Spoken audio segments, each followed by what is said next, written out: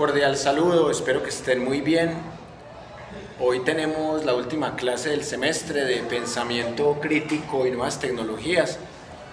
Y la idea de hoy es redondear un poco las unidades que hemos trabajado y llegar a algunas conclusiones y reflexiones finales. Así que vamos a hacer un balance de lo que ha sido este semestre. En la primera unidad hicimos bastante énfasis en un concepto que se conoce como el narcoestado, particularmente la forma como se ha gobernado en Colombia en ese asocio con el narcotráfico y cómo el narcotráfico es el fundador del paramilitarismo moderno en Colombia y cómo varias instituciones del Estado son cómplices del paramilitarismo. Entonces, en ese contexto, tuvimos varios análisis a un hecho que en este momento es objeto del periodismo, pero que muy pronto va a ser objeto de la historia. Y como el concepto del narcoestado en Colombia es tan profundo y tan extenso, lo estudiamos desde el único juicio penal que se ha hecho a un expresidente en Colombia. Y en este juicio, al acusado Álvaro Uribe Vélez, pudimos notar varios elementos interesantes del narcoestado. Por ejemplo, la mayoría de testigos falsos a favor del acusado tuvieron vínculos con narcoparamilitares y otros fueron funcionarios públicos que fueron condenados por corrupción, y hay otros que están impunes. El caso, por ejemplo, de Andrés Felipe Arias, que fueron los testigos falsos, condenado por un escándalo que se conoció en los medios como el agroingreso robo seguro, en donde se le dio subsidios a gente multimillonaria y a delincuentes. Entonces, haber estudiado ese juicio nos permitió entender algunos elementos de la lógica y del pensamiento crítico. Por ejemplo, los sesgos cognitivos, particularmente el sesgo de confirmación, que se ve básicamente en la forma como los medios hablan sobre la noticia. Habíamos hablado, por ejemplo, de las redes sociales y del canal de YouTube del Centro Democrático, el partido del acusado, en donde solamente transmitían lo que decía la defensa técnica del acusado. Solamente citaban los interrogatorios y los contrainterrogatorios del acusado. No mostraban la otra cara de la moneda. Y también solo mostraban los testimonios de los testigos falsos. Y la revista Semana, de manera muy hábil, copiaba estos testimonios y esas frases sueltas y sacaba titulares. Lo mismo hacía Caracol, RCN, Blue Radio, la FM, el diario El País, el periódico El Colombiano, porque claramente estos medios están a favor del acusado, porque el acusado, cuando fue congresista, cuando fue presidente, cuando fue gobernador, los favoreció. Entonces, en el mundo de la mafia hay un pago de favores. No es tanto que estos medios sean arrodillados al dictador porque sí, o porque simplemente son fanáticos de él. Es simplemente un pago de favores. En el pueblo raso sí pueden haber rasgos de fanatismo y otros sesgos cognitivos, Y también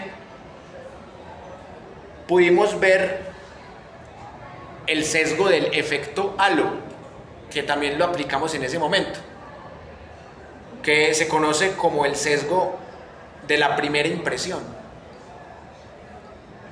Y hay que reconocer que el acusado se ha servido de ese sesgo de la primera impresión. Muchas mujeres en esa época reconocieron que habían votado por él porque les parecía, por ejemplo, atractivo físicamente. Cuando usted vota por un político porque le parece atractivo físicamente, eso no es otra cosa que un sesgo de efecto halo o un sesgo de primera impresión. Y estas señoras lo siguen viendo atractivo, así el señor tenga ya 73 años y sigue habiendo un amor enfermizo por él. Llama la atención, por ejemplo, el amor ciego que tiene la señora Paloma Valencia, que fue allá a escuchar al acusado 7, 8 horas seguidas, 2 días consecutivos.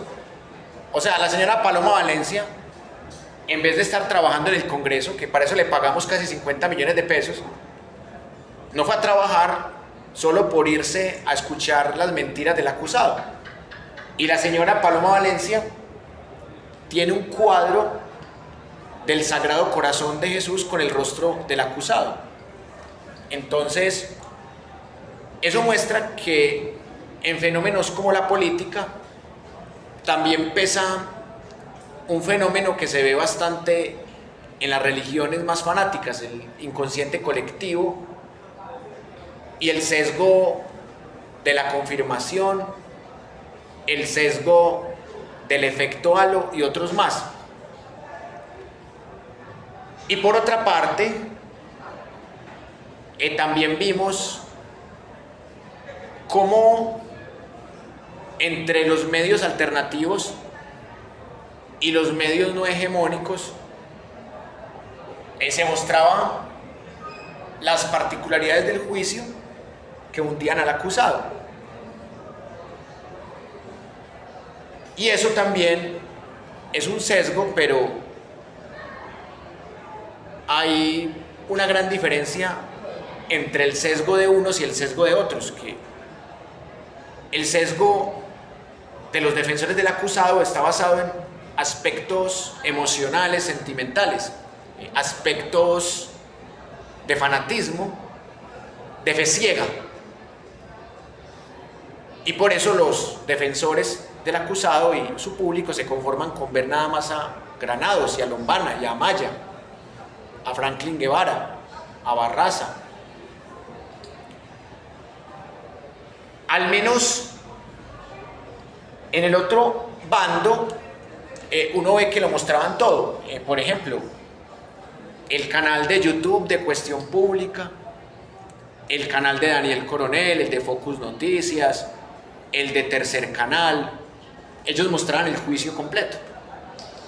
Y claramente uno sabe que Daniel Coronel, Tercer Canal, Cuestión Pública son medios antiuribistas, cosa que no pasa con Focus Noticias.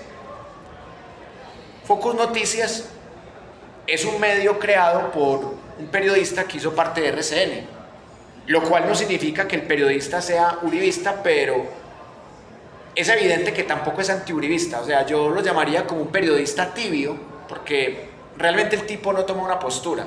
Uno no podría decir que es uribista, aunque hay un sesgo que lo tilda de uribista, pero para mí el señor de Focus Noticias es un periodista que le gusta hacer dinero y que no le gusta tomar una posición, porque algunos entienden el periodismo como un ejercicio de buscar la, entre comillas, neutralidad y la casi que imposible imparcialidad.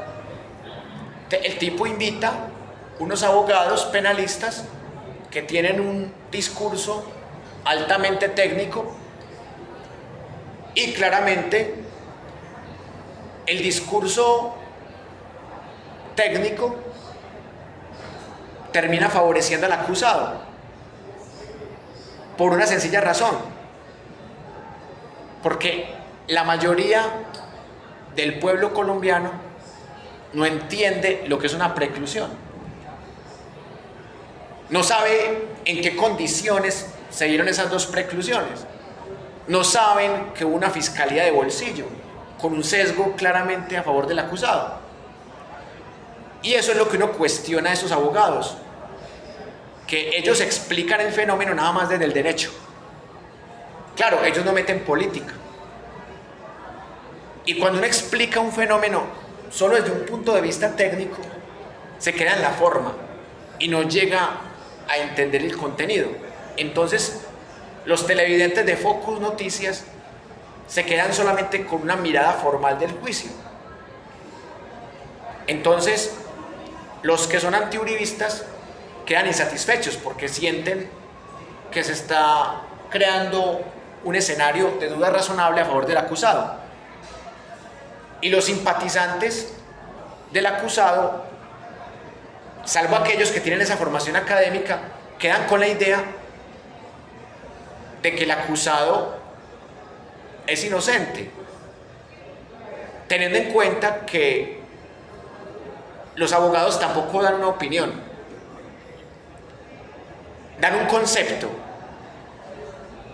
y el concepto suele ser tibio, el concepto no toma posición. Por ejemplo, cuando alguien dice, yo no soy de aquí ni soy de allá, vamos a ver qué pasa, el acusado puede ser inocente, el acusado puede ser culpable, es alguien que se está quedando solo en la punta del iceberg, porque no está viendo que hay un acervo probatorio de un radicado hecho por un magistrado de la Corte Suprema de Justicia que tiene 1554 páginas, y que para la Corte Suprema de Justicia este acusado era culpable, y por eso el acusado huyó donde una fiscalía que era títere, que era amiga, la de Francisco Barbosa. Ya la Corte Suprema lo declaró culpable, pero cuando uno ve este canal de Focus Noticias, los abogados no dicen eso. O sea, los abogados solo analizan el presente y analizan al acusado como si fuera cualquier ciudadano de a pie. Cuando estamos hablando de un tipo que tiene poder político, poder económico, poder cultural, poder histórico, hasta poder internacional. Porque es un tipo que lo pueden estar respaldando los hombres más poderosos del mundo, como Donald Trump, como Marco Rubio, como Bernie Moreno, como Díaz Balart. O sea, es un acusado que no solo tuvo 6 fiscalías de bolsillo, sino que lo están apoyando los hombres más poderosos del mundo, porque indudablemente los hombres más poderosos del mundo están en Estados Unidos, en Rusia y en China. Obviamente los rusos y los chinos ni lo apoyan, ni lo conocen, ni les importa. Pero estos gringos, como Donald Trump, como Marco Rubio, Bernie Moreno, Balart, Díaz Balart, al menos de este lado del mundo son los hombres más poderosos. El acusado no es cualquier ciudadano. Y esos abogados de Focus Noticias, para que no digan que están parcializados, ignoran esos factores, que son factores geopolíticos. Ignoran factores históricos, como que el acusado tuvo 6 fiscalías de bolsillo. De las últimas 8 fiscalías, el acusado tuvo 6 de bolsillo, que varias de ellas él las ayudó a poner, y que eran fiscalías totalmente afines a él. Entonces ahí entramos a otros canales. Cuestión Pública, que es un medio antiuribista, solo se limita a transmitir la audiencia, y ahí tampoco está dando una opinión. Obviamente en ese canal de Cuestión Pública tienen otros videos donde sí entrevistan a las partes. Claro, han entrevistado a Miguel Ángel del Río, han entrevistado a Iván Cepeda, pero también han entrevistado a Jaime Granados, el abogado de la defensa técnica del acusado. Y eso es lo que desde el pensamiento crítico se debe hacer. Yo que le critiqué a ese medio de Cuestión Pública, que dijo una mentira, a lo mejor involuntaria, porque en su cuenta de la red social X dijeron que ellos eran el único, y lo pusieron con mayúscula sostenida: somos el único medio alternativo que está transmitiendo el juicio a Álvaro Uribe.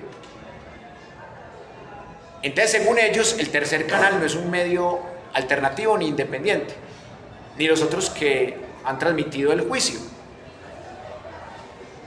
Por ejemplo, el canal de María Camila Díaz, bueno, que uno la ve como una periodista muy cercana a Daniel Coronel.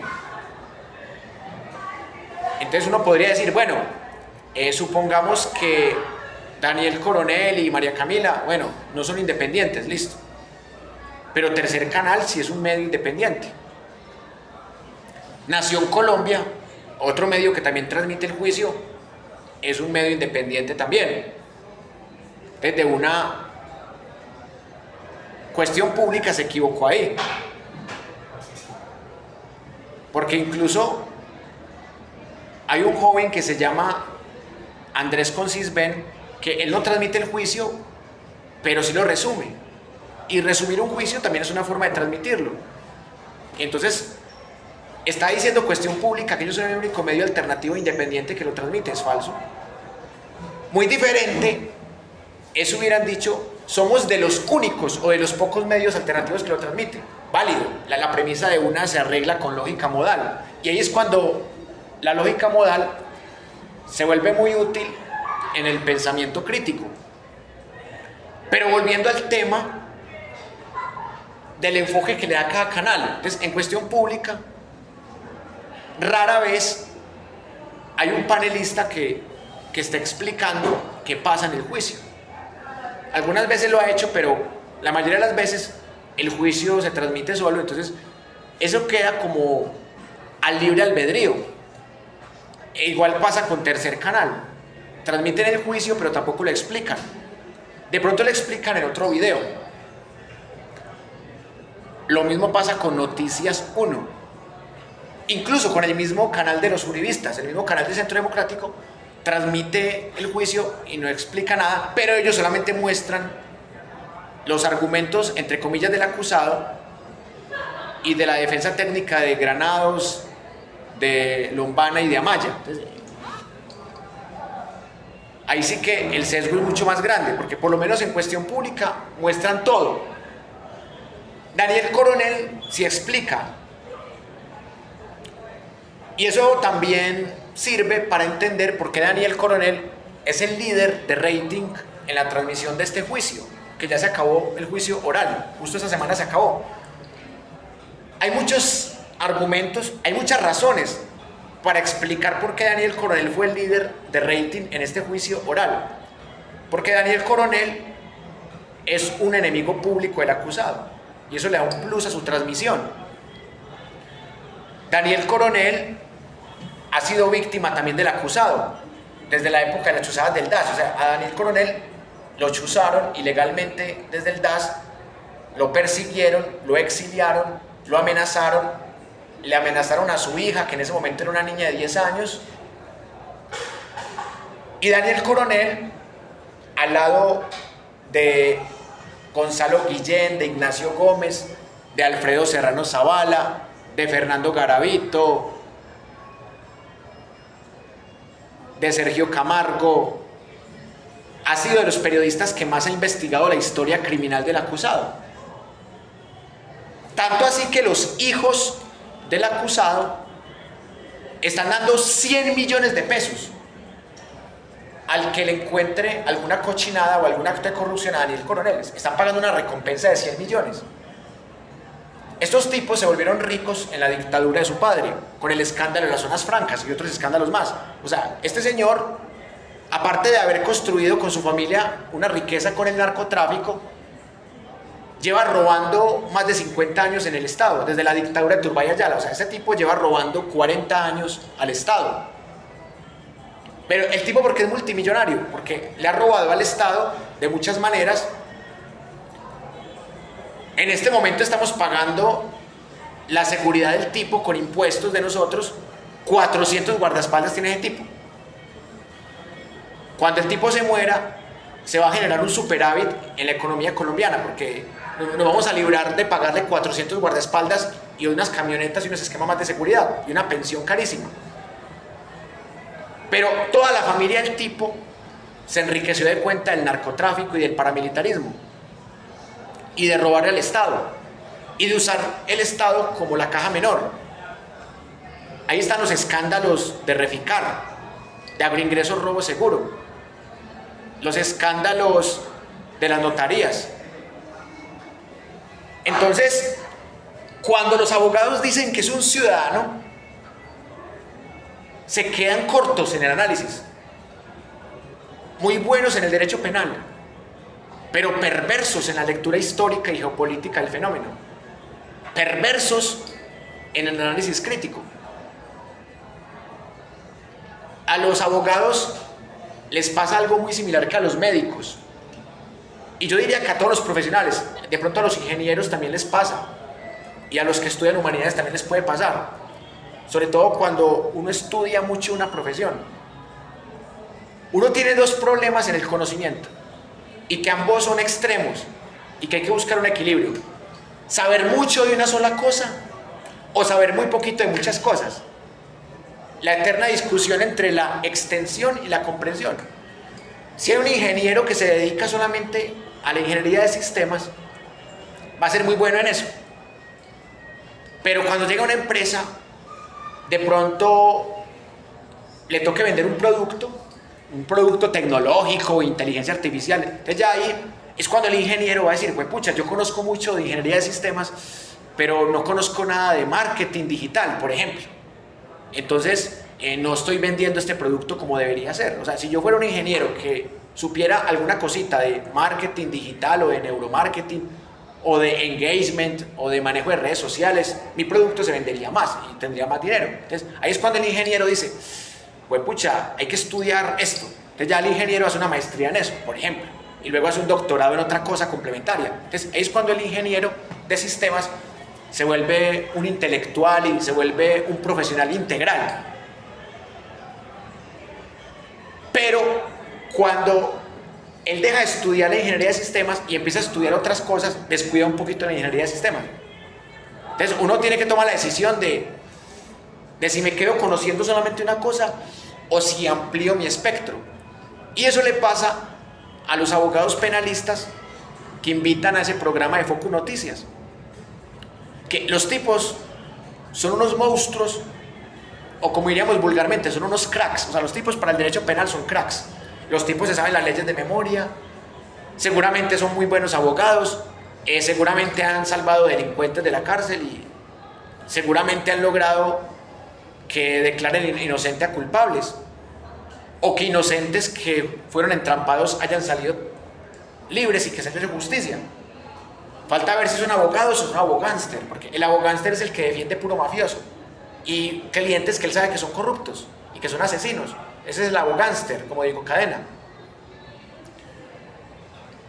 Entonces los tipos en derecho penal un 10, pero en análisis histórico, en análisis geopolítico, en análisis contextual, en contenido un 2, un 3, pobre. El análisis de ellos es muy pobre. Por ejemplo, si yo fuera el dueño de ese canal de Focus Noticias y yo quiero dar un aire de neutralidad, yo invitaría un abogado que esté a favor de Uribe y otro que esté en contra. No un montón de abogados tibios que solamente analizan la forma y no analizan el contenido ni el contexto. Y así se haría un pensamiento crítico en ese canal. Y el público ya tomaría una posición o mantendría su posición. Pero si yo invito 5 abogados tibios, no se hace nada. O sea, yo prefiero invitar 2 abogados parcializados. Incluso invitar a Granados. En esta esquina está Jaime Granados y en esta está Miguel Ángel del Río. En esta esquina está Jaime Lombana y en esta está Reinaldo Villalba. En esta está Juan David León y en esta está Juan Felipe Amaya. O sea, voy invitando los pares de abogados y ahí es donde se hace la dialéctica, el pensamiento crítico. Y el man de Focus Noticias queda como un crack. Entonces ya no van a decir que el canal es uribista o anti-uribista, sino que van a decir, este canal realmente fomenta el pensamiento crítico, porque, ustedes miren, invitó a los abogados contrarios. Y de pronto invitar a un tercer abogado que sea un tibiazo, como esos que él invita. Ahí ya quedaría equilibradito, un tibiazo, un abogado de las víctimas y un abogado del acusado. Eso es pensamiento crítico, en mi opinión, que es un ideal. Entonces, volviendo al tema de la extensión y la comprensión, el problema que yo le veo a estos abogados es que son eruditos y estudian mucho el derecho penal y han escrito varios libros y tienen doctorado y estudiaron en Europa y en Estados Unidos, pero no saben un carajo de historia, no saben un carajo de argumentación, de retórica. La poquita retórica y dialéctica fue lo que estudiaron en la universidad. O sea, un abogado que estudie derecho penal y que haga una maestría en análisis crítico del discurso y que haga un doctorado en semiótica, o sea, se vuelve un crack, porque tiene todos los elementos que se necesitan para manejar un juicio con el dedo pequeño. Por ejemplo, Jaime Granados es un abogado que sabe lo suyo y que se ha especializado en defender criminales de lesa humanidad. Pero Jaime Granados no es un abogado intelectual, un abogado integral. Lombana tampoco. Miguel Ángel del Río sí se acerca más a un abogado integral.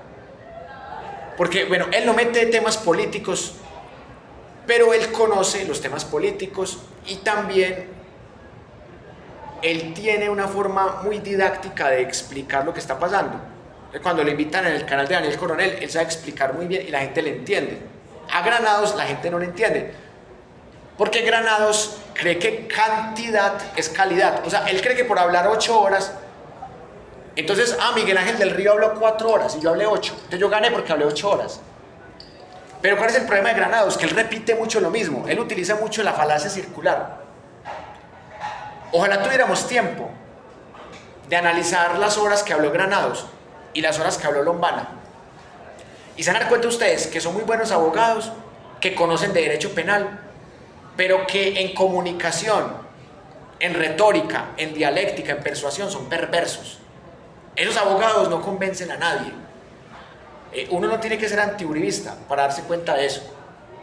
Cualquier persona medianamente sensata se da cuenta que esos abogados no tienen mucha persuasión. Por ejemplo, el abogado de Diego Cadena, Cancino, ese sí es un enredador. Y ese sí pareciera ser un maestro de la retórica. Lástima que lo utilice para defender criminales y abogánster. Pero Cancino, yo estaría como anti-uribista más preocupado con Cancino defendiendo a Uribe. Porque Cancino es un abogado más hábil, más mañoso y sabe resumir. Entonces Cancino, y es más manipulador. Y sabe hacer equivocar a la otra persona. Yo estaba viendo en estos días, y bueno, y también cuando he tenido tiempo, la audiencia de Diego Cadena y de Juan José Salazar Cruz. Y Cancino hacía poner nerviosos o nerviosas a las personas que testificaban en contra de Diego Cadena o en contra. Claro, porque él está defendiendo a Diego Cadena. Entonces yo decía, este tipo éticamente es igual de cuestionable que Granados y que Lombana, pero es un tipo que en la retórica tiene más habilidades, lo cual no quiere decir que vayan a absolver a Diego Cadena. Diego Cadena es un pobre tipo que la Procuraduría no le defendió.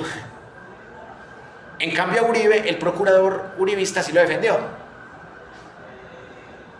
A nadie le importa Diego Cadena. Daniel Coronel transmite la audiencia de Uribe, 10.000, 12.000, llegó a tener 34.000 conectados simultáneamente. Y en estos días ha estado transmitiendo la audiencia de Diego Cadena, 1.000, 2.000, 800 conectados. Un canal de 500.000 suscriptores, 800 conectados. O sea, a casi nadie le importa lo que pase con Diego Cadena. Y si uno lo mira desde el punto de vista probatorio, Diego Cadena está menos hundido que Uribe, porque hay menos pruebas contra Cadena, hay menos hechos jurídicamente relevantes contra Cadena. O sea, Cadena tiene dos testigos que lo hunden, que son los mismos que hunden a Uribe, que son Juan Guillermo Monsalve alias Guacharaco y Carlos Enrique Vélez Ramírez alias Víctor. En cambio a Uribe, cada hecho lo hunde. Hilda Niño lo hunde. El Tuzo Sierra, que lo defiende, lo hunde. O sea, terriblemente. Harlington Mosquera lo hundió en la Corte Suprema. Y como Harlington Mosquera está libre, dejó plantado a Granados y quedó como un testigo, entre comillas, remiso. O sea, hay 7 hechos jurídicamente relevantes y 3 delitos contra Uribe. O sea, desde el punto de vista probatorio, Uribe está hundido. Pero desde el punto de vista hegemónico, Uribe tiene más gente que lo defienda. Tiene una procuraduría que lo defiende. Y los gringos podrían llegar a defenderlo. Así como en este momento Donald Trump está defendiendo a Bolsonaro. Y está diciendo que Lula da Silva lo está persiguiendo y que le va a poner aranceles del 50% a Brasil, que porque está persiguiendo judicialmente a Bolsonaro. Y esa misma narrativa es la que van a vender si a Uribe lo condenan el próximo lunes 28 de julio a partir de las 8:30 de la mañana. Van a vender la narrativa de que Petro tiene una dictadura y que Petro se apoderó del Poder Judicial y que Petro está persiguiendo a Uribe, cuando Uribe está metido en problemas desde que Santos era presidente. Este proceso se volteó en contra de Uribe y a favor de Iván Cepeda a principios del 2018, cuando todavía era Santos el presidente y cuando Iván Duque, el títere de Uribe, no había llegado a la presidencia todavía. Este proceso se volteó en contra de Uribe hace rato. Pero ¿dónde está la manipulación? Desde las guerras de desinformación. Ahí conectamos con la segunda unidad. Ahí fue donde hablamos de las noticias falsas. Ahí fue donde hablamos de cómo se mueve toda la agenda de la cuarta generación, de cómo se mueve el sistema de espionaje, los cuadros que analizamos de los actores que no están armados, pero que son factores que manipulan. O sea, en las guerras de cuarta generación, la población civil se ve involucrada, pero como medio de comunicación o como víctimas. Las guerras de cuarta generación involucran a las víctimas. Las guerras de primera generación, por ejemplo, era ejército contra ejército o ejército contra guerrilla. No involucraban a la población civil. Entonces ahí es donde conectamos con la segunda unidad. Y ahí esta gente del uribismo es experta, porque ellos saben que en el juicio van perdiendo y que desde el 2018 van perdiendo, pero ellos venden en sus redes sociales, en sus plataformas, en sus medios de comunicación, que terminan siendo medios de desinformación, ellos venden la idea que ellos van ganando.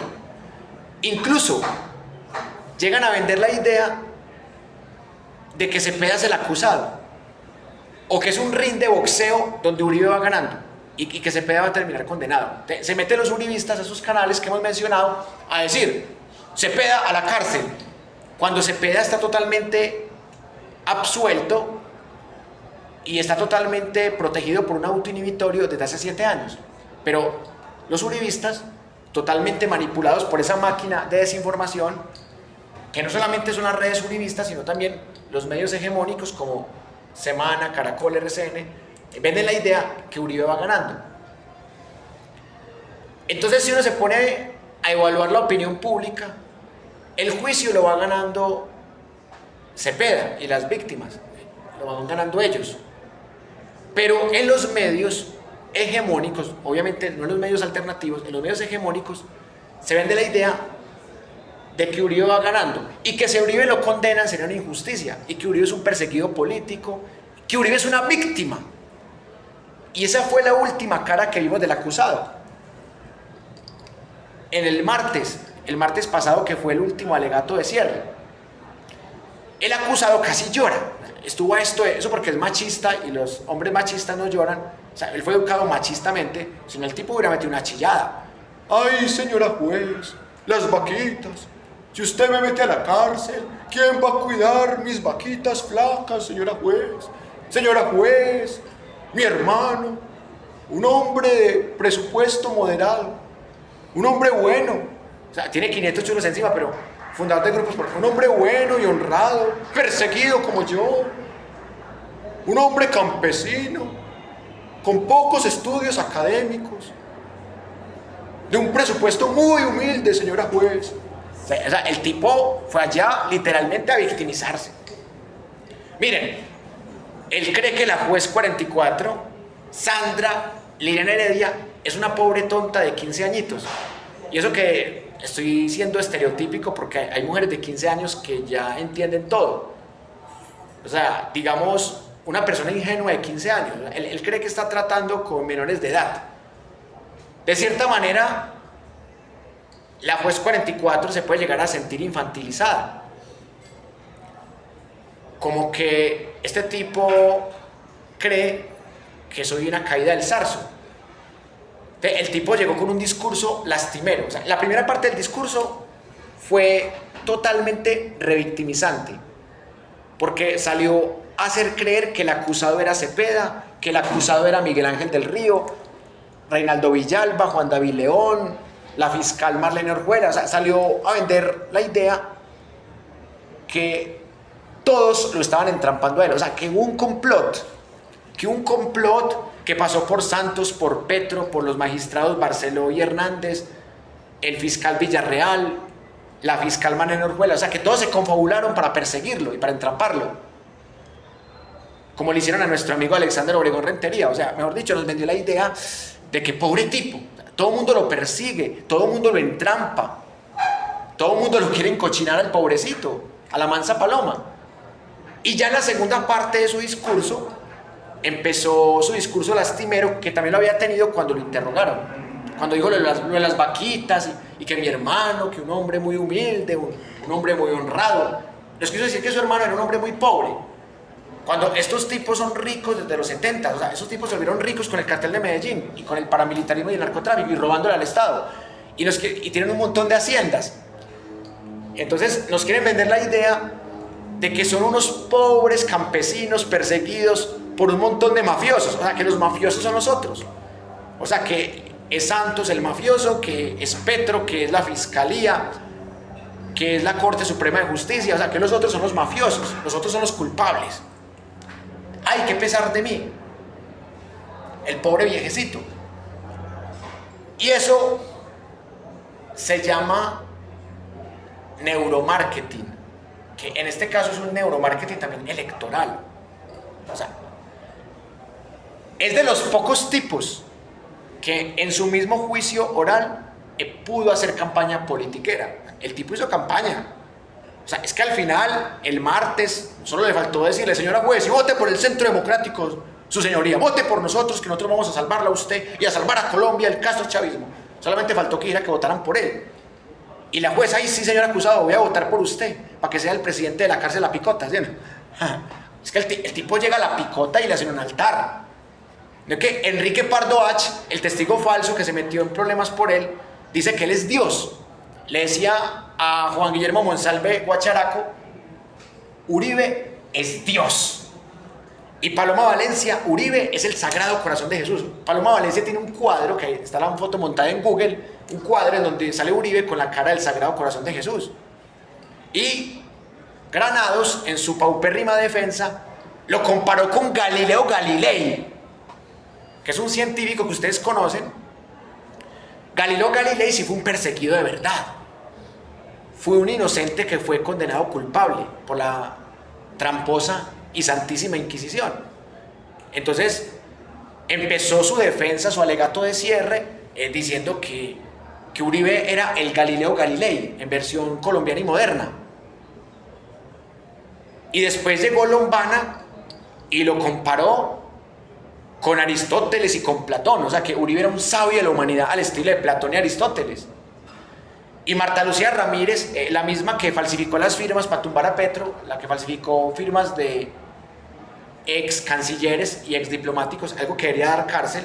Marta Lucía Ramírez, la misma del escándalo con el narco Memo Fantasma, la misma de los falsos positivos de la Operación Orión, la misma que también participó de la dictadura del títere Iván Duque en el estallido social. Marta Lucía Ramírez comparó a Uribe con Jesucristo, con Jesucristo, que era un salvador y que iba a partir la historia de Colombia en dos como Jesucristo partió la historia de la humanidad. Entonces, que se definan. Es Dios, es Jesucristo, es Galileo Galilei, es Platón, es Aristóteles, es el Sagrado Corazón de Jesús. O sea, es una santa paloma, es un pobre viejecito. O sea, ese tipo tiene una fanaticada pero brava. O sea, yo les puedo apostar que cualquier religión le tendría envidia a la fanaticada que tiene ese tipo. Y claramente, el tipo tiene unos haters, o sea, es normal. Petro también tiene sus haters, también es normal, es el presidente. O sea, cuando uno es presidente, es normal que tenga unos haters y que tenga unos adeptos, eso es normal.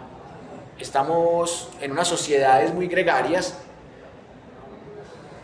pero lo que yo quiero que veamos es todo el sentimentalismo que hay ahí, todo el manejo de emociones. Y si algo he notado yo en el ámbito del Poder Judicial, es que ellos no muestran mucho sentimiento. O sea, un abogado o un juez o un magistrado por dentro puede decir, este HP, este mafioso me cree bobo. O sea, uno trata de meterse en el pensamiento de la juez 44, Sandra Liriana Heredia, o de la juez 29 o de la juez 41, que le negaron las dos preclusiones. Uno podría ponerse en los zapatos de ellas e imaginar y especular qué pensarán. Pero uno podría decir que en algún momento han pensado, este tipo me cree boba, o este tipo cree que con ese sentimentalismo barato lo voy a declarar inocente, o lo voy a precluir esto. O este tipo cree que yo soy Paloma Valencia y que también voy a poner una carita de él con el Sagrado Corazón en mi pieza, que la juez va a salir con la carita de Uribe con el Sagrado Corazón. O sea, es que le habla como si fuera Paloma Valencia. O sea, ese discurso lastimero, ese discurso de todos me persiguen, todos me entrampan, todos son malos menos yo, ese discurso se lo va a creer María Fernanda Cabal, se lo va a creer Paloma Valencia.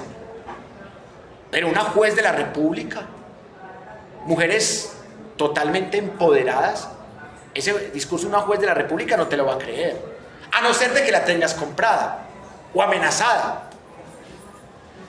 Esa es la otra cuestión, que el juez que absolvió a Santiago Uribe Vélez por duda razonable vivía acá en Medellín.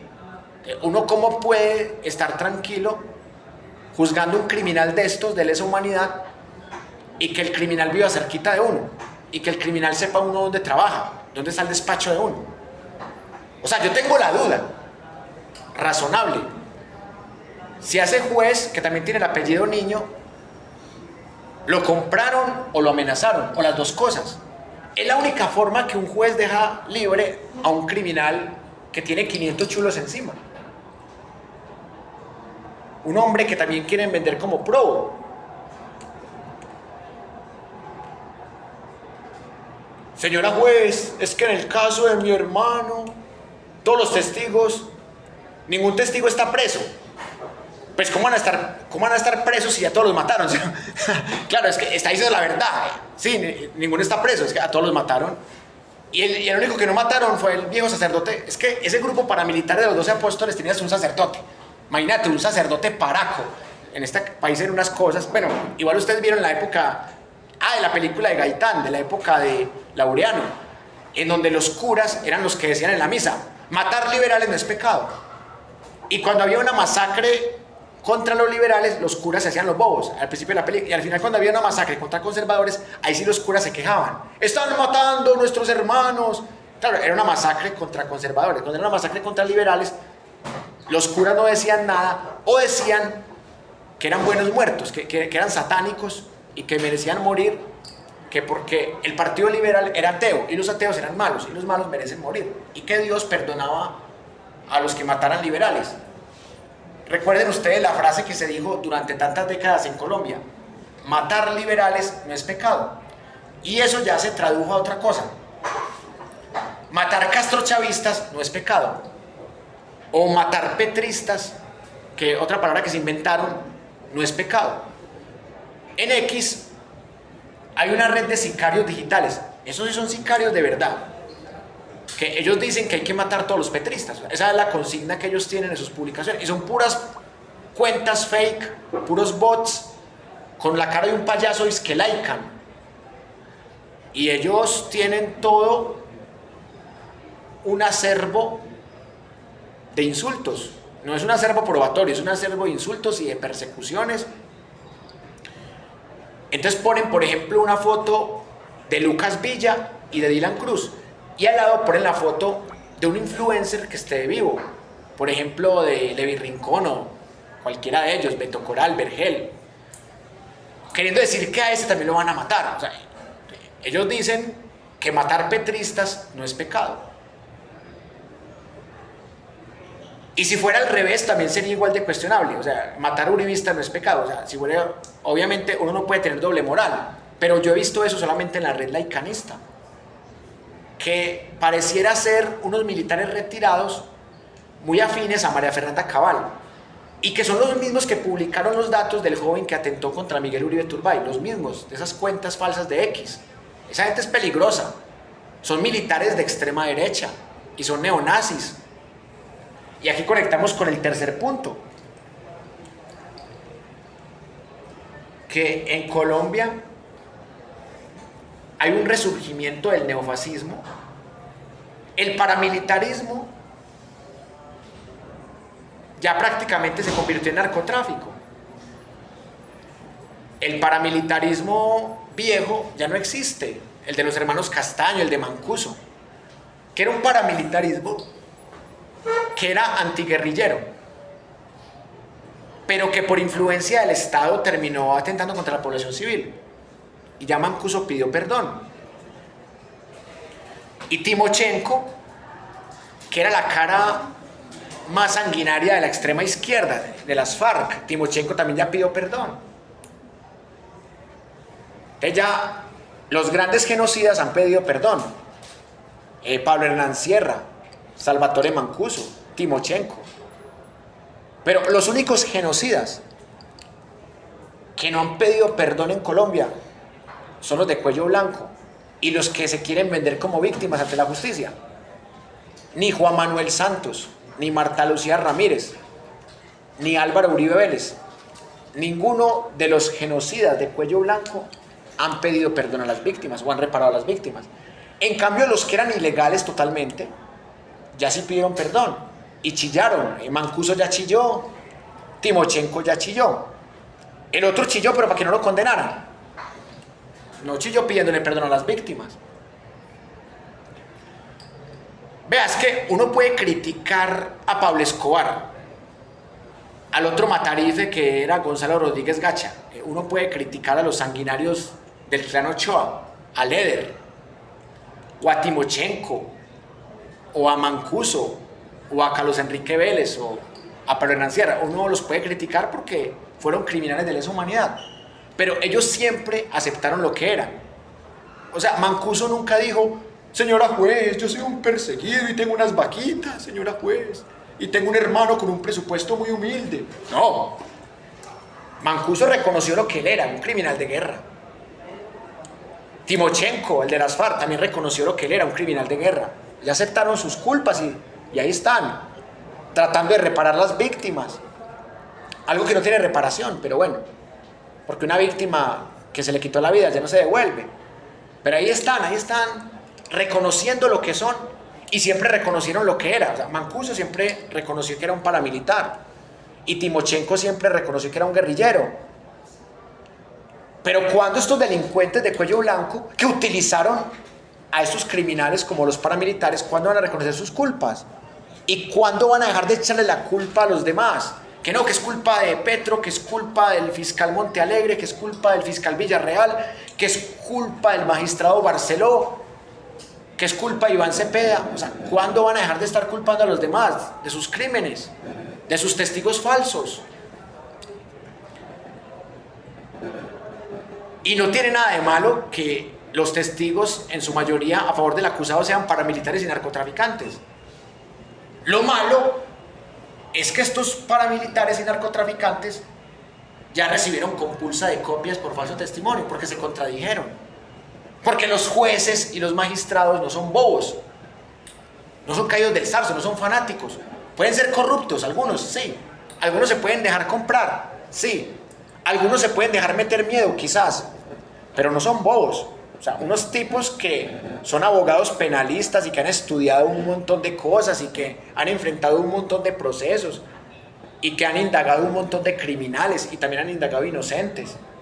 O sea, alguien para ser juez de la República o para ser magistrado tiene que tener una hoja de vida a la berraca.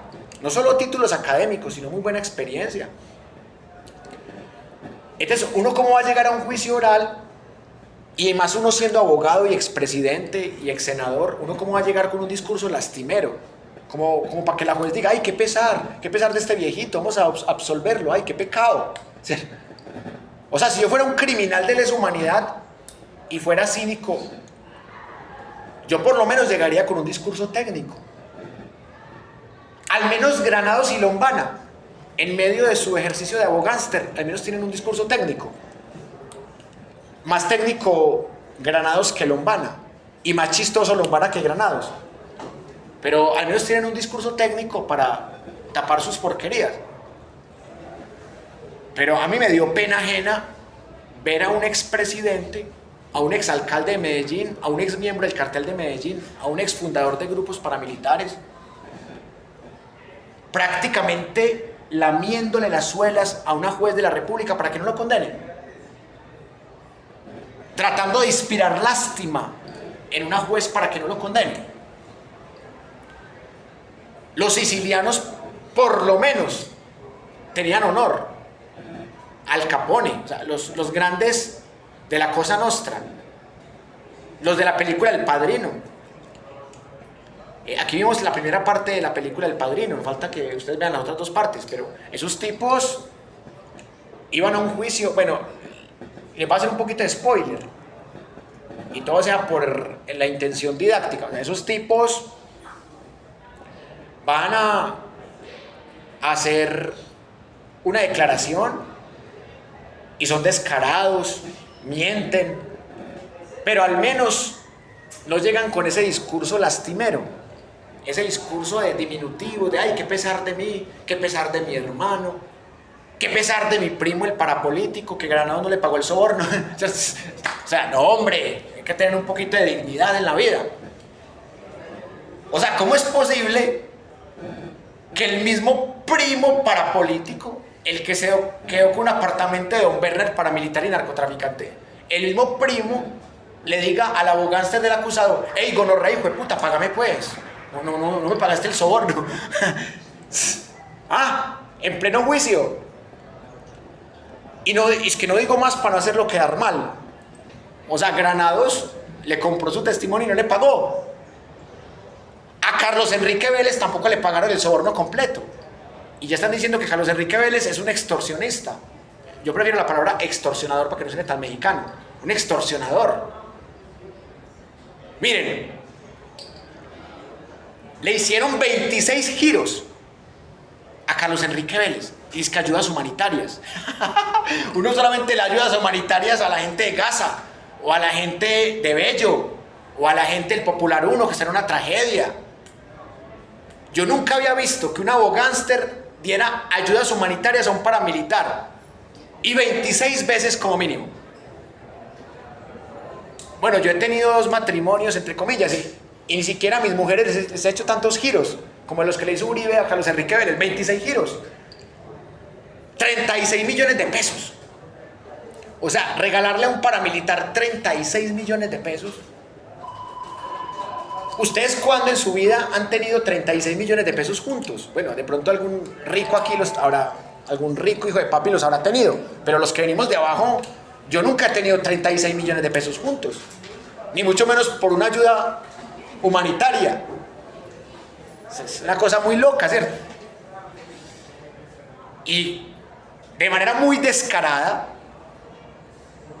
de esos 36 millones de pesos, 3.100.000 para una cita sexual. O sea, ahora resulta que pagarle prepago a un paramilitar es una ayuda humanitaria, según la defensa de Uribe y según la defensa de Diego Cadena y la de Juan José Salazar. Explíqueme esa despacito. Ya mismo voy a etiquetar a Uribe, a Cadena y a Salazar en X, la antigua Twitter. Les digo, hey, gonorrea, necesito pichar, consigname 3 millones, así como le consignaste al paramilitar Carlos Enrique Vélez. Necesito pichar, huevón.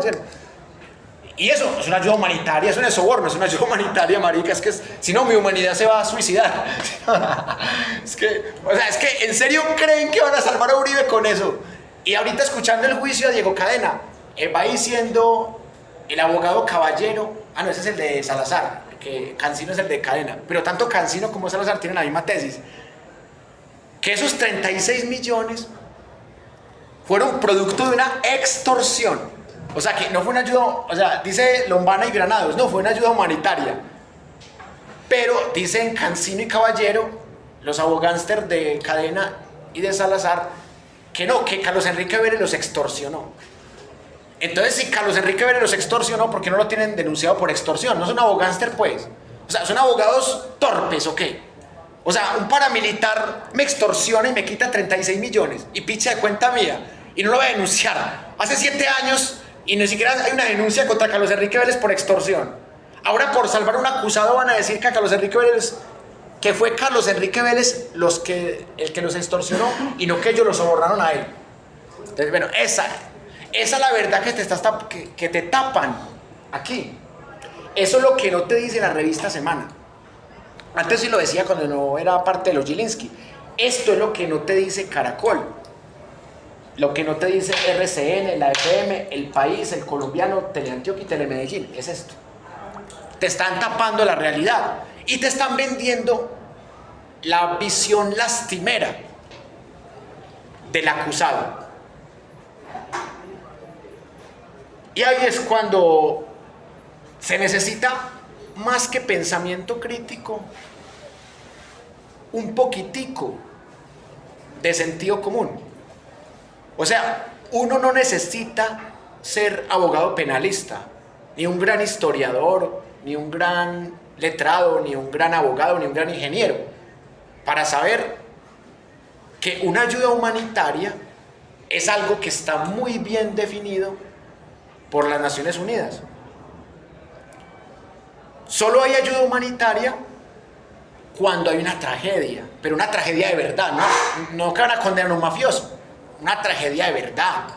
Lo de Gaza, donde han matado miles y miles de niños y de niñas, mujeres en embarazo, ancianos, ancianas.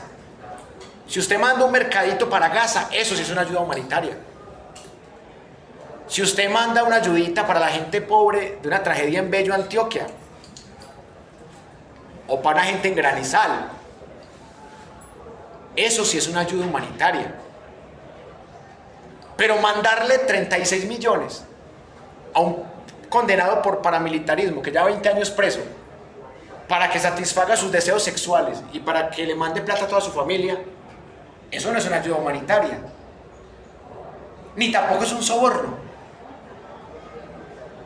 porque en ningún momento el tipo un tipo que está preso, ¿cómo los iba a sobornar? ¿O cómo los iba a obligar a que le dieran el platal? A unos abogados tan poderosos que están acostumbrados a defender mafiosos. Entonces, o sea, esa ha sido la tesis de la defensa, que no, que es que fue una extorsión y una ayuda humanitaria. Ni extorsión ni ayuda humanitaria, eso fue un soborno. Y un soborno en actuación penal también, porque fue para salvar un delincuente de lesa humanidad acusado por delitos menores y sus compinches. Hay 6 compinches ya en juicio. ¿Cómo es posible que la prensa uribista, la prensa hegemónica, nos quiera vender la idea de que el acusado es Iván Cepeda, de que el acusado es Miguel Ángel del Río, de que el acusado es Reinaldo Villalba, de que el acusado es Montealegre Perdomo o la doctora Deyanira, cuando los 6 acusados son el capo di tutti capi, como diría nuestro amigo Alexander Obregón Rentería, y los 5 compinches principales, y los otros 13 compinches ya están con compulsa de copias por falso testimonio? O sea, hay 19 tipos,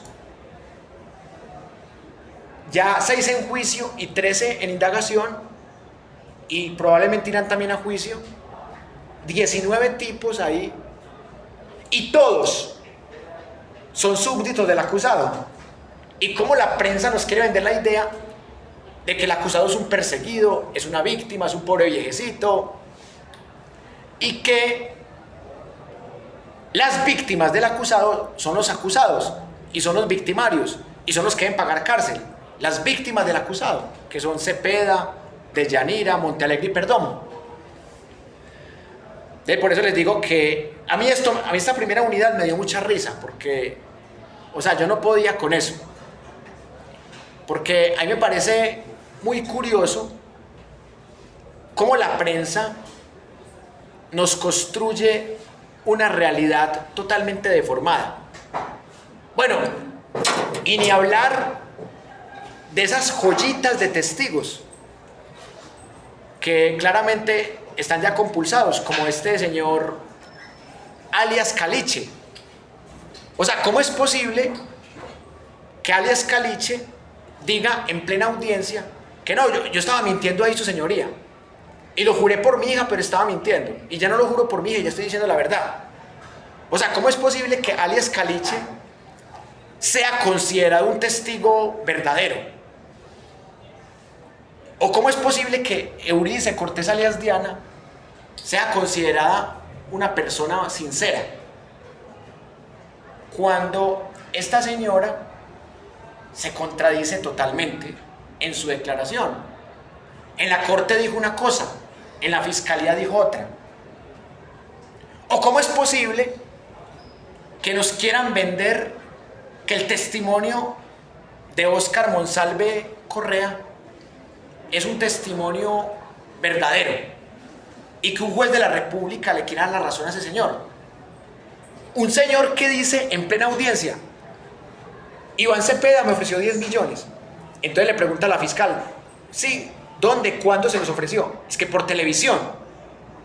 Por televisión. O sea que Iván Cepeda salió por Caracol, por RCN, que eran los canales hegemónicos de ese momento, y: señor Óscar Monsalve Correa, le ofrezco 10 millones de pesos para que se invente que los hermanos Uribe Vélez son narcoparamilitares y que yo soy víctima de ellos. O sea, esa fue la versión que dio Óscar Monsalve Correa, que Iván Cepeda le dio 10 millones a él y que se los ofreció por televisión. Entonces, ¿la fiscal qué hizo?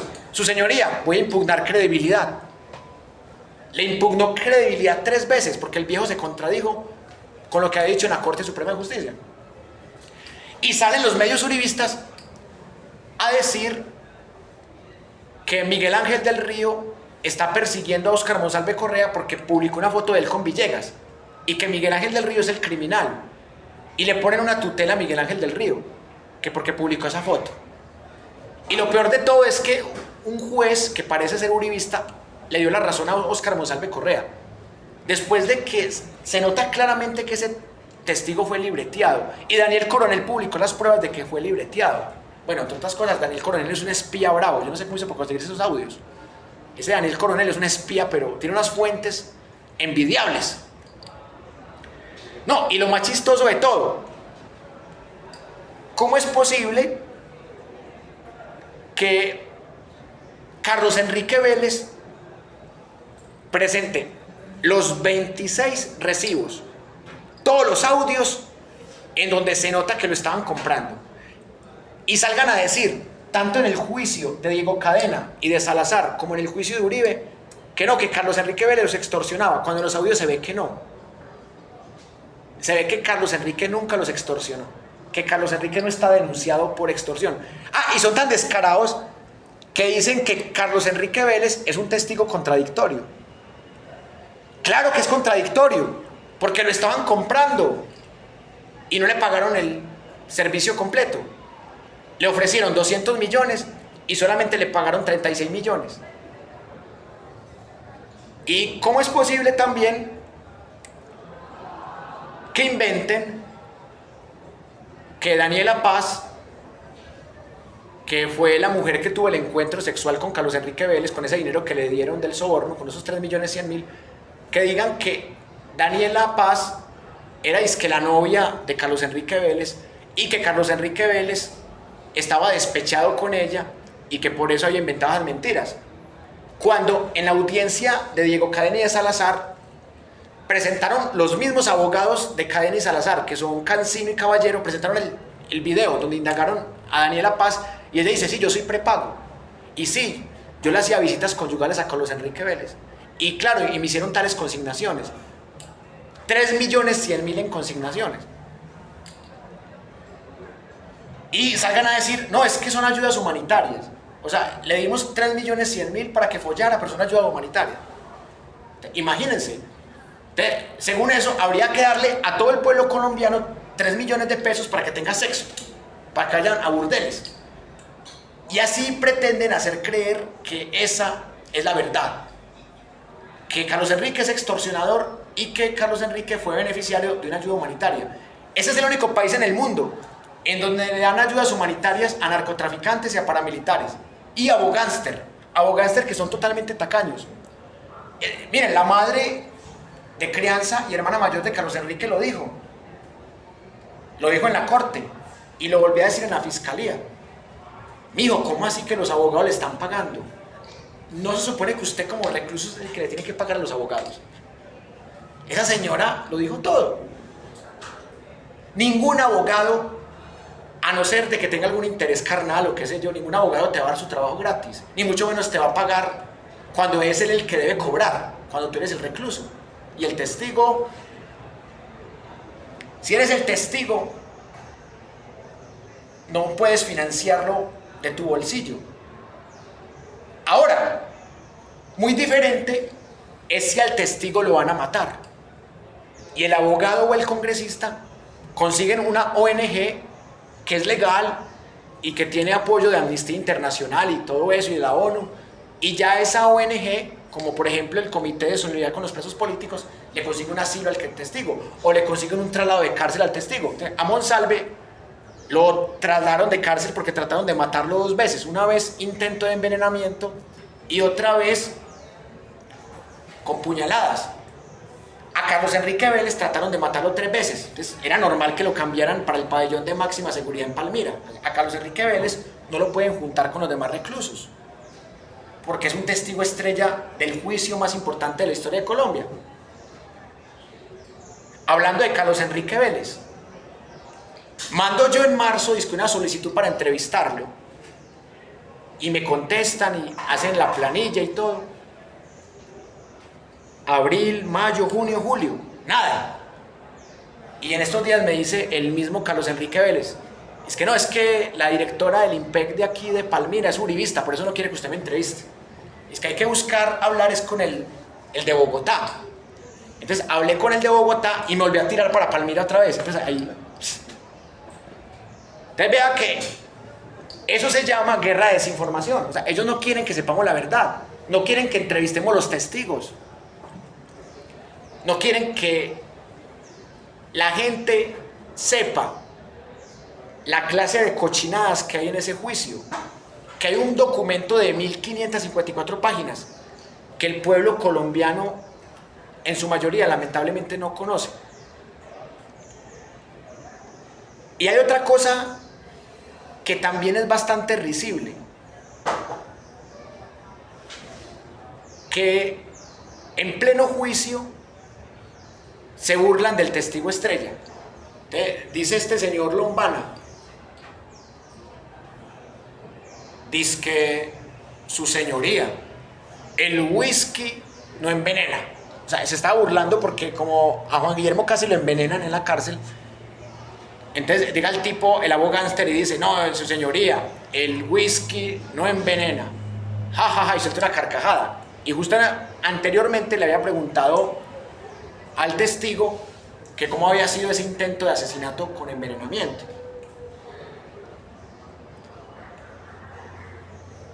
Volviendo al tema del narcoestado, ya para ir concluyendo esta parte, miren, el narcoestado en Colombia se ha construido secuestrando las instituciones. Secuestraron el DAS, que era el Departamento Administrativo de Seguridad, que era una dependencia del gobierno y que lo querían volver poder judicial. Con ese DAS le quitaron la vida en el 89 a Galán. A Jaime Pardo Leal le habían quitado la vida antes. En el 90 a Carlos Pizarro León Gómez, que era el candidato presidencial del M19, y a el candidato de la Unión Patriótica, que era Bernardo Jaramillo Osa. El DAS estaba lleno de paramilitares desde los 80 y los 90, pero ya a partir del 2002 el DAS queda totalmente secuestrado por los paramilitares, como Noguera. Ya no eran simples militantes o agentes paramilitares, ya Jorge 40 y Noguera y María Elpilar Hurtado, ya los dueños, los que manejaban el DAS, eran puros paramilitares. Entonces, imagínense que usted lo esté chuzando una entidad que maneja el gobierno de turno y que esa entidad la manejen paramilitares, y que uno de los paramilitares que maneja esa entidad fue uno de los que mandó matar a Jaime Garzón. Ese fue el premio que le dieron a Narváez, el autor intelectual del magnicidio contra el periodista y humorista Jaime Garzón. Manda a matar a Garzón y lo ponen como subdirector del DAS. Noguera Cotes manda a matar al profesor y sociólogo, defensor de derechos humanos Alfredo Correa de Andrés, y lo mandan para una embajada en Milán. ¿Cómo premian los criminales? Y a Salvador Aranazús, el gobernador de Sucre, que mandó a matar al alcalde del Roble, a Eudaldo Díaz, lo mandan como embajador a Chile. Entonces premiaron, en ese mismo gobierno, premiaron al asesino que torturó a Claudia Julieta Duque, que torturaba con el DAS y que mandó matar a Jaime Garzón, al que mandó matar a Eudaldo Díaz y al que mandó matar a Alfredo Correa de Andrés. A los tres los premiaron en ese mismo gobierno. En ese gobierno premiaban a todos los asesinos. Y eso no es todo. El tipo, amigo de los hermanos Gallón Henao, los que mataron al futbolista Andrés Escobar de la Selección Colombia y de Atlético Nacional. O sea, esos paramilitares y narcotraficantes que fueron los que hicieron matar con su guardaespaldas a Andrés Escobar, haciendo negocitos, después de que mandaron a matar a Andrés Escobar, haciendo negocitos con el patrón. Y el que mandó a matar a Guillermo Cano, el espectador, también de la misma empresa con el patrón. Son muchas casualidades. Los grandes magnicidas, amigo Santofimio, otro amigo, el que mandó a matar a Luis Carlos Galán, Santofimio, amiguito también de él. Entonces eso se llama el narcoestado. Cuando el que está de presidente tiene vínculos con narcotraficantes, con paramilitares, con asesinos en serie, y que ha montado un cartel de testigos falsos, aproximadamente 160 testigos falsos. Y aquí vienen las contradicciones de sus defensores. Entonces Granados trata de salvar al títere y al titiritero. Entonces, Granados dice que ambos son inocentes.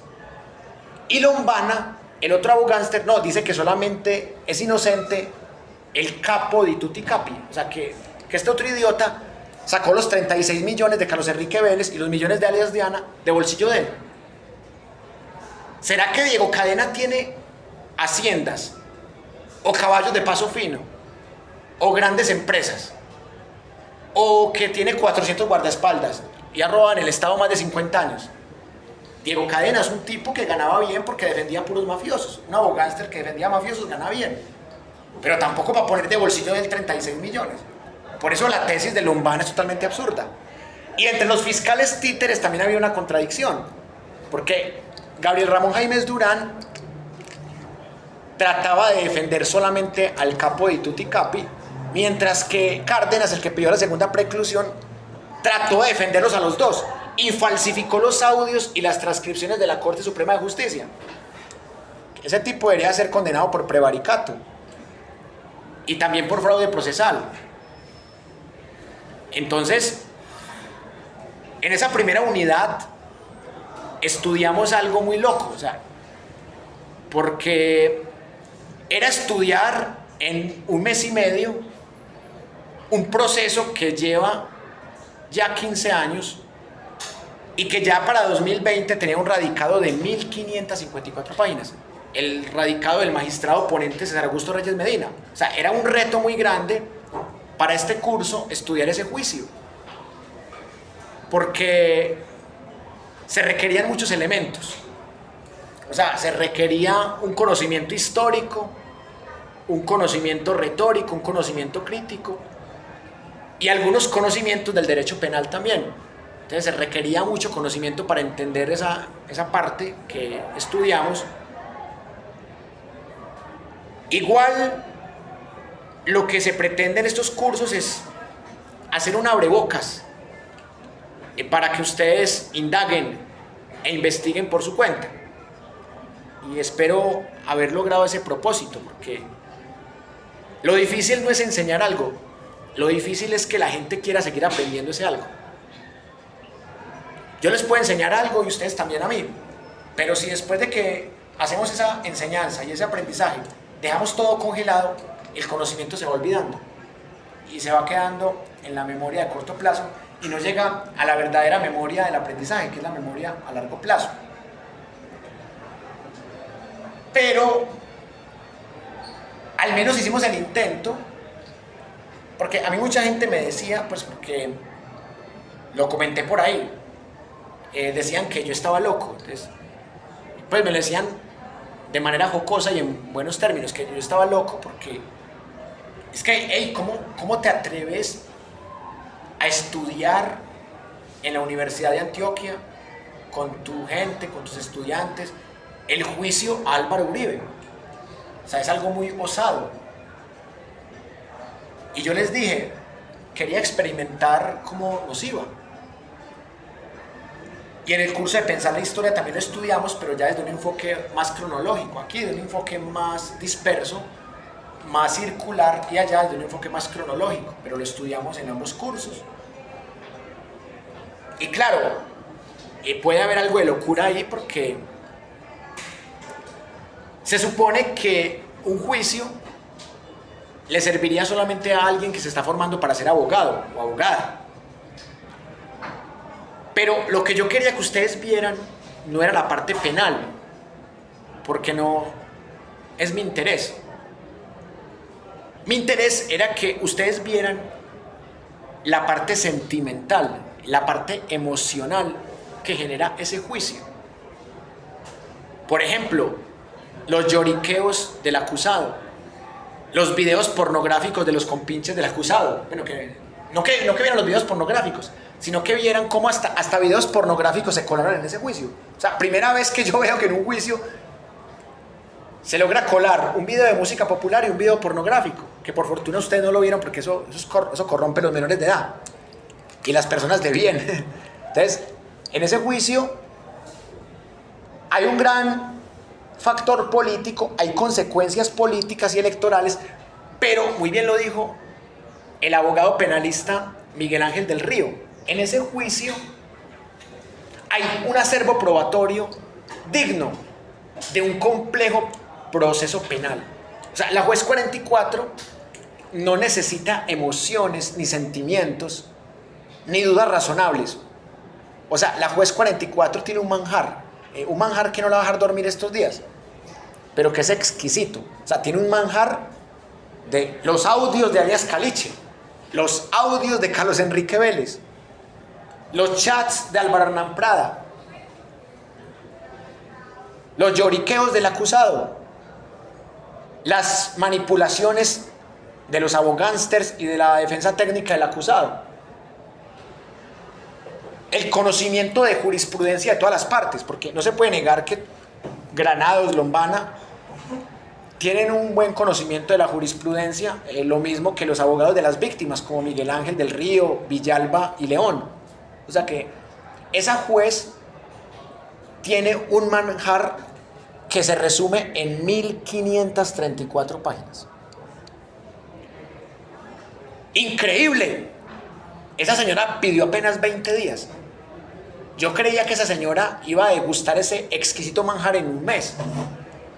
Pero esa señora va a estudiar en 20 días lo que nosotros aquí estudiamos en 40 días.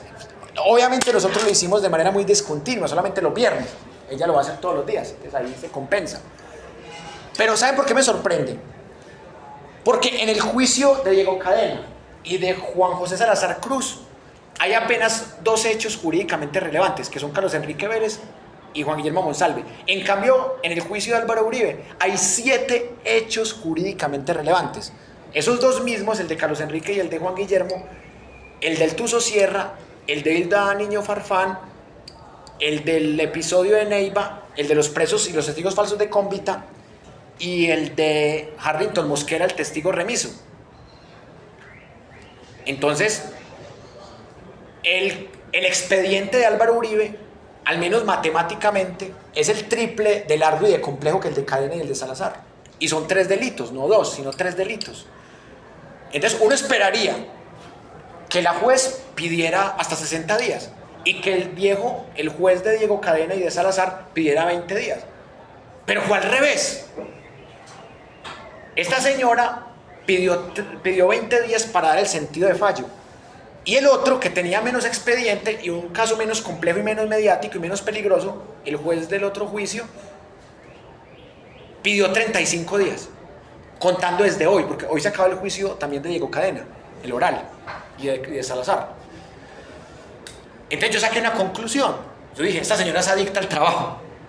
Y qué bueno que al expresidente más cuestionado de Colombia le tocó una señora que es adicta al trabajo, porque más rápido lo puede condenar o más rápido lo puede absolver. Puede pasar también que lo absuelva. Ahorita hablaremos de ese escenario, ya para ir terminando esta parte. Pero si ustedes hacen un cálculo básico,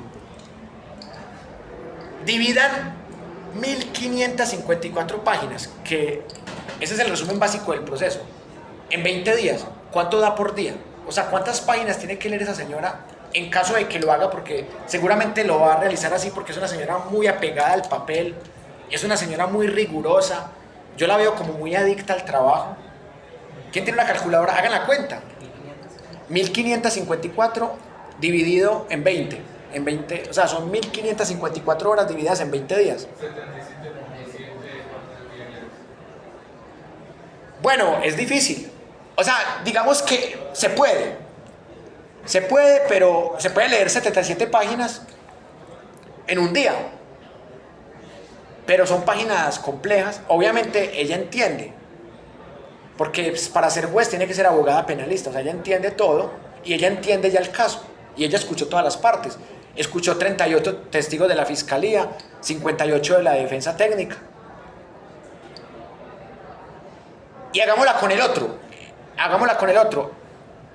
Pero vamos a suponer que el otro tiene las mismas páginas. Vamos a dividir eso por 35 días al juez del otro caso. Mira, el otro la tiene muy suave. El otro es más perezoso o menos adicto al trabajo. 44.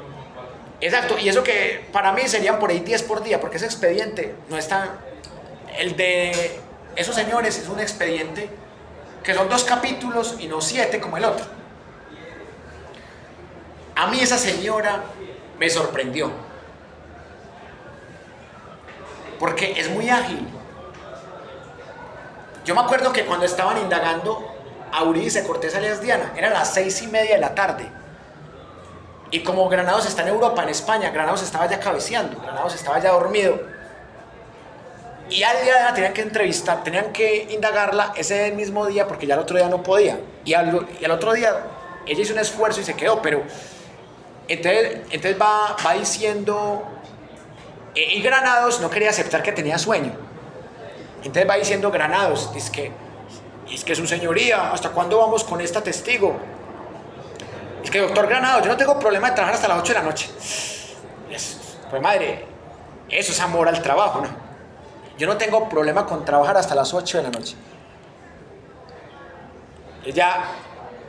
Entonces ya llegó Uribe. No, su señoría, es que el doctor Granados está en Europa. El doctor Granados está muy trasnochadito. Mañana seguimos, señora juez, mañana seguimos. Entonces entonces le preguntó la fiscal a Eurídice Cortés, es que no es que ella no puede mañana, tenemos que terminar con ella hoy. Entonces ya a la final como que llegaron a un acuerdo con alias Diana y a la final terminaron.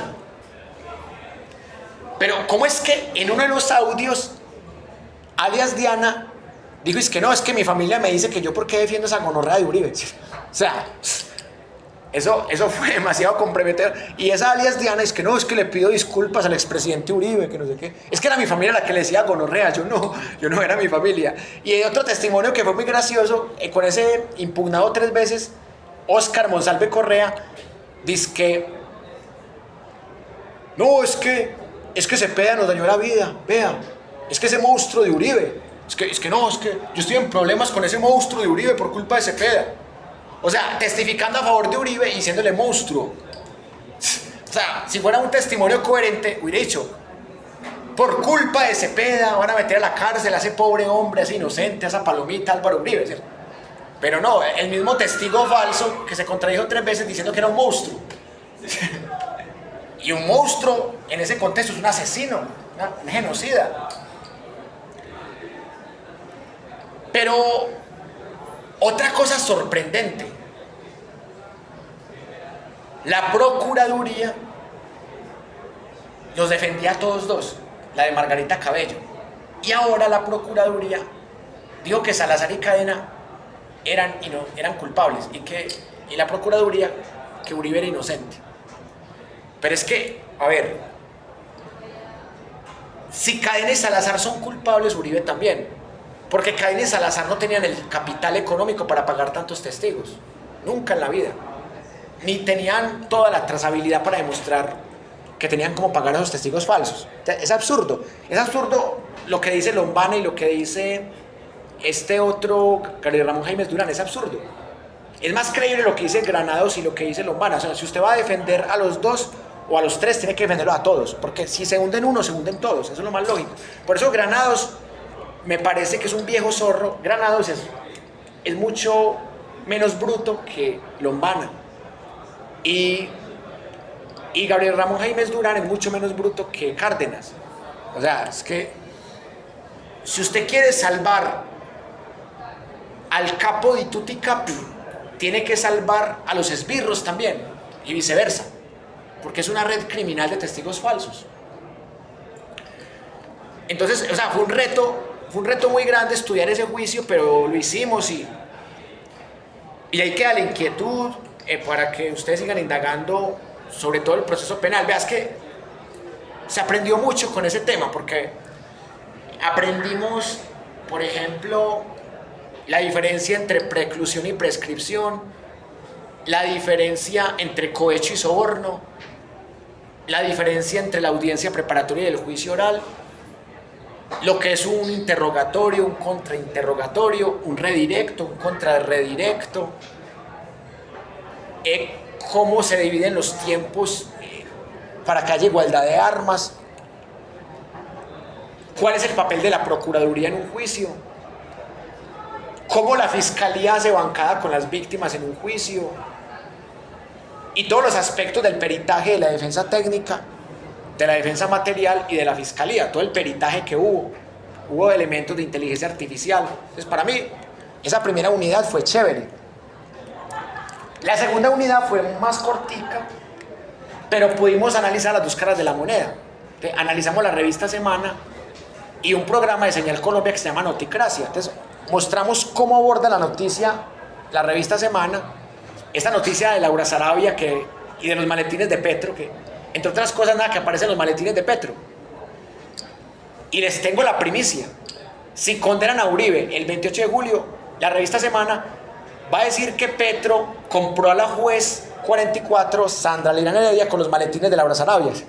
Va a decir, no, es que Petro fue el que la compró para que condenara a Uribe. Y le dicen a Donald Trump que defienda a Uribe y que ataque a Petro. Nada raro.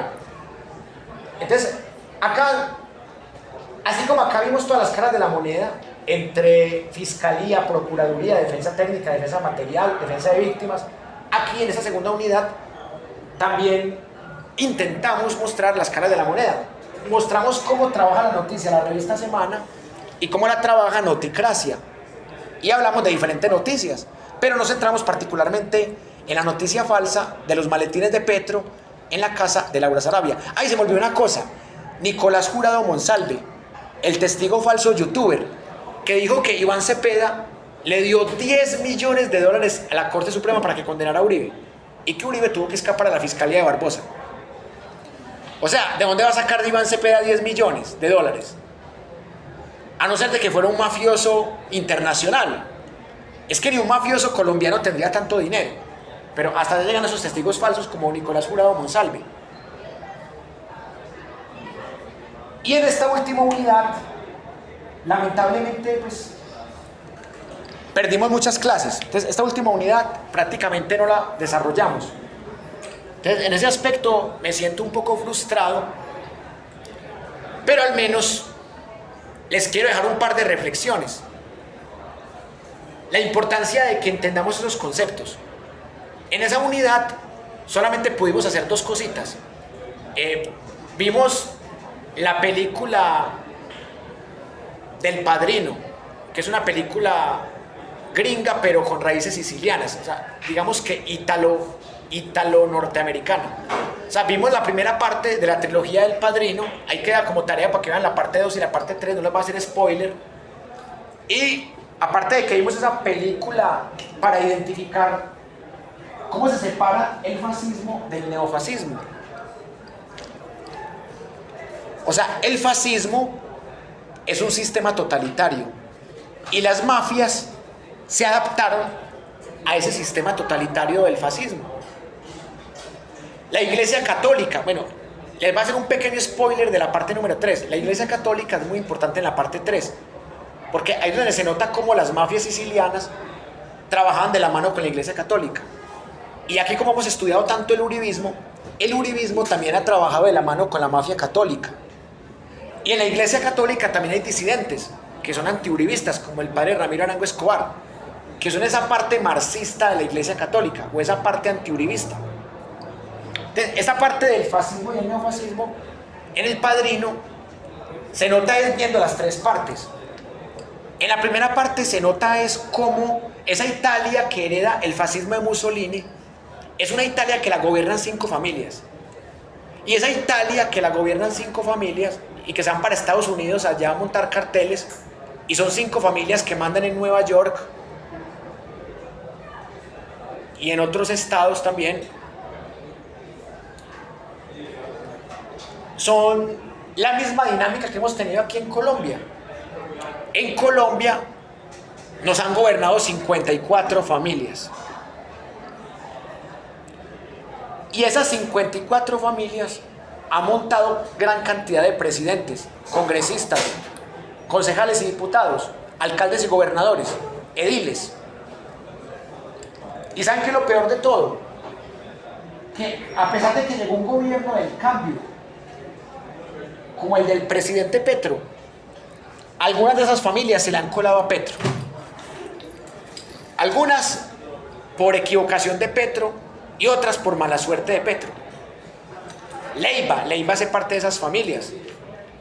Este libro es muy recomendable, sobre todo para esta tercera unidad, porque aquí está toda la expresión de los clanes parapolíticos, que son los clanes neofascistas, y de cómo se ha hecho resistencia, y de cómo estos clanes, siendo neofascistas, se han metido a movimientos antifascistas como el Pacto Histórico, supuestamente.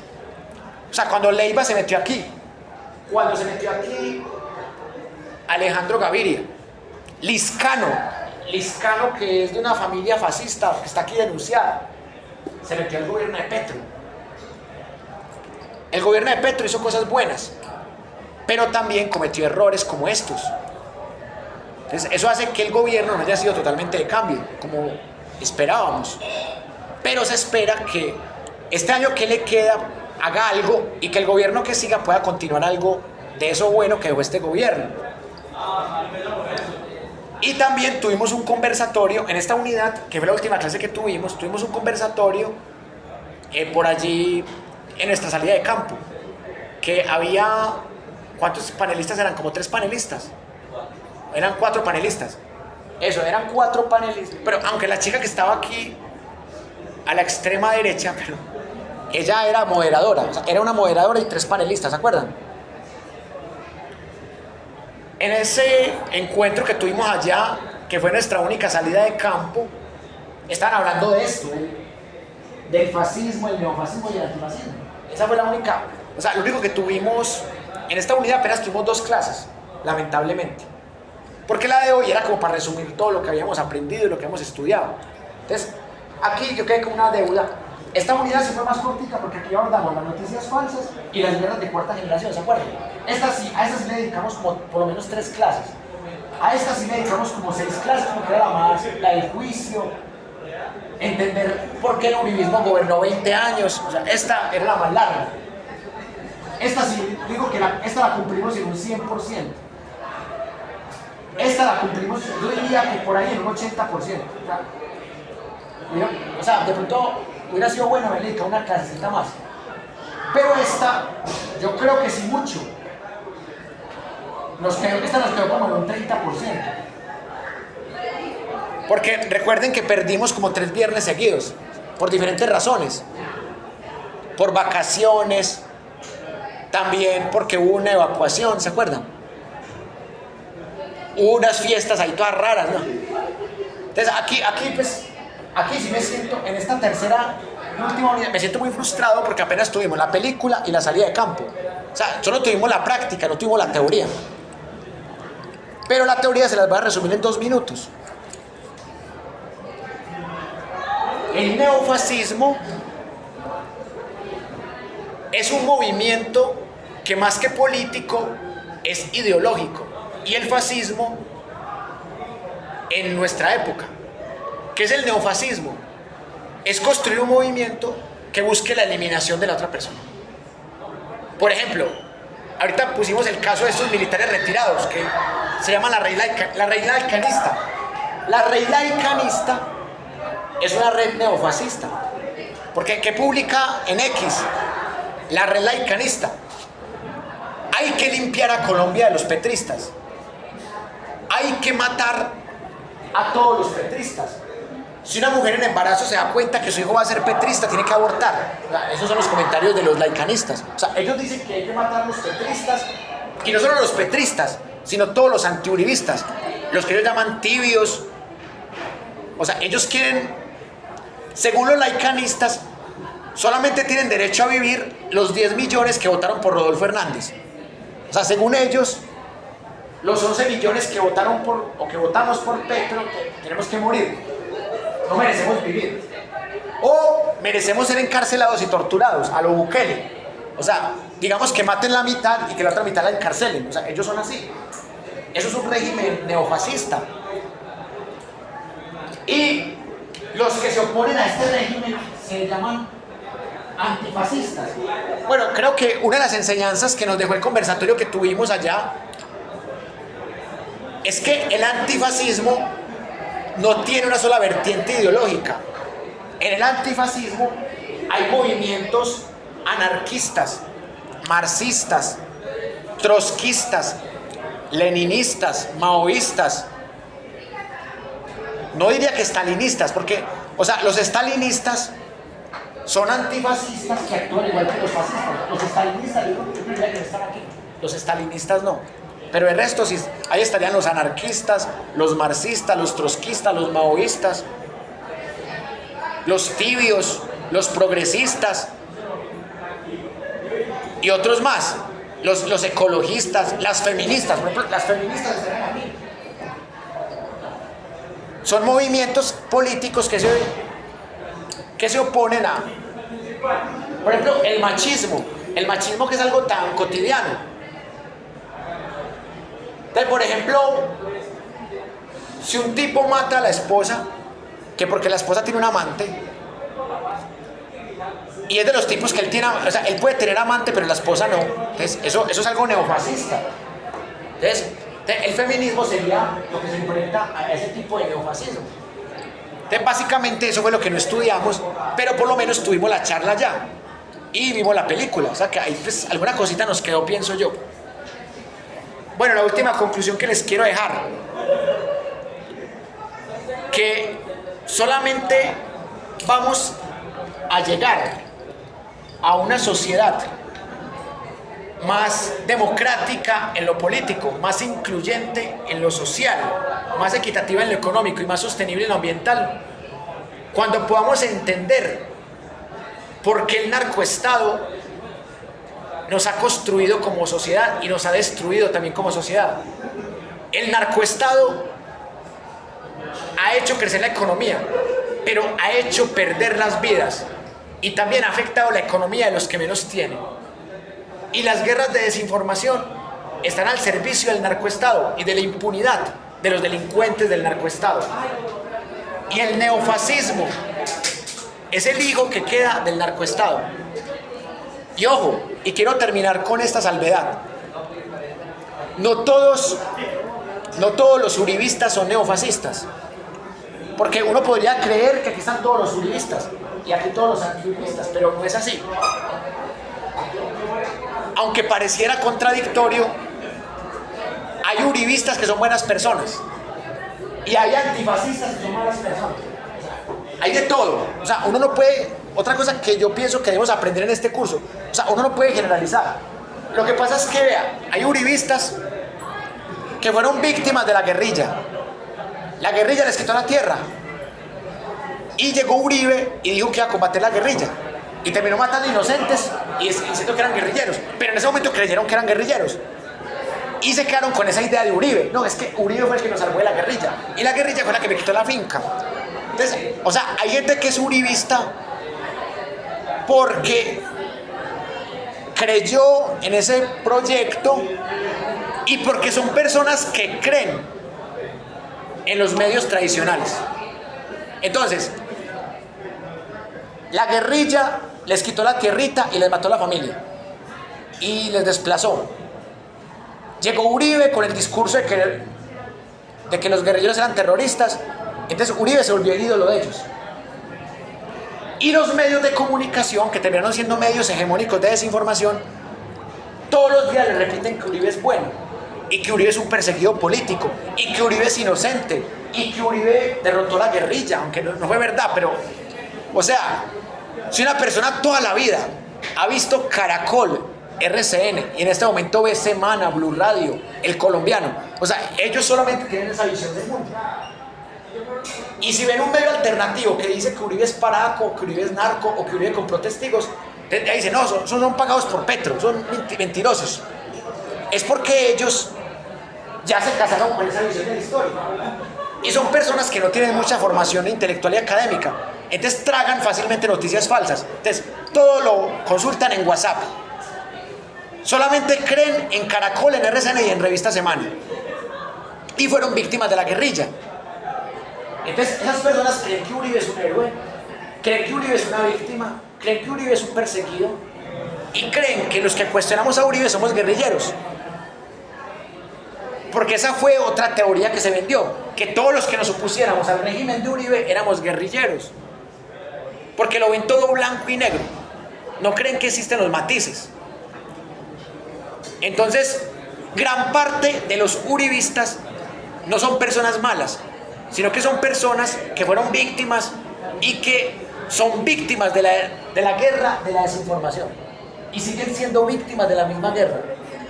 Y siguen siendo manipuladas por cadenas de WhatsApp, siguen siendo manipuladas por Vicky Dávila, siguen siendo manipuladas con el atentado a Miguel Uribe Turbay, un hecho que tampoco analizamos muy bien porque perdimos mucha clase. Y la última conclusión, no todas las personas que se llaman antifascistas son buenas. Aquí también hay gente que es egoísta, aquí también hay gente que es traidora, aquí también hay gente que puede llegar a matar y que puede llegar a robar. Aquí también hay, en el llamado antifascismo también hay gente mal. Olmedo, les pongo el ejemplo de Olmedo, un tipo que fue izquierdista toda la vida y que fue antiuribista toda la vida, y el presidente Petro le dio la oportunidad de gobernar con él y Olmedo llegó a robar. Entonces Olmedo es un antifascista y terminó siendo un ladrón. Yo prefiero un uribista que lo engañó la revista Semana, que lo engañó Caracol y RCN, que fue víctima de la guerrilla. Yo prefiero un uribista que está ahí en el uribismo por ignorancia, a un tipo que es letrado, que es antiuribista y es antifascista, pero que llega a robar y hacer lo mismo que hicieron los uribistas, a robar en el Estado, lo que hizo el señor Olmedo. Snyder Pinilla hace parte del clan Aguilar, uno de los clanes parapolíticos que denuncian en este libro de Ariel Ávila y de Guillermo Valencia, de León Valencia.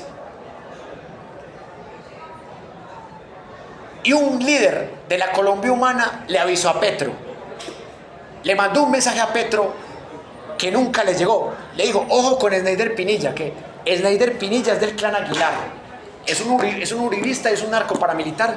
Ojo con Snyder Pinilla, no lo vayan a contratar. Entonces el mensaje le llegó a María José Pizarro, y María José Pizarro cometió el error que en vez de mandárselo a Petro, se lo mandó a la procuradora Margarita Cabello, que es uribista y que es de los mismos clanes. ¿Y qué hizo Margarita Cabello? Y ahí fue cuando se robaron la plata de los carrotanques. Yo no sé si fue culpa de María José Pizarro o si fue que María José Pizarro se le olvidó mandárselo a Petro, pero lo de Snyder Pinilla se pudo evitar. Lo de Olmedo no, porque Olmedo siempre fue izquierdista, Olmedo siempre fue antiuribista. Entonces, lo de Olmedo, yo no culpo a Petro por lo de Olmedo. Lo de Snyder, es muy difícil saber si a Petro le llegó esa información, pero a Petro le advirtieron que ese tipo era un corrupto, mucho antes de que robara. Y ese fue el detonante. A raíz de eso, la revista Semana tuvo todo un año para atacar a Petro. O sea, es que Petro fue muy de malas, porque primero el hijo le salió ladrón, o sea, Nicolás Petro salió ladrón. Uno con un papá de esos y salir ladrón.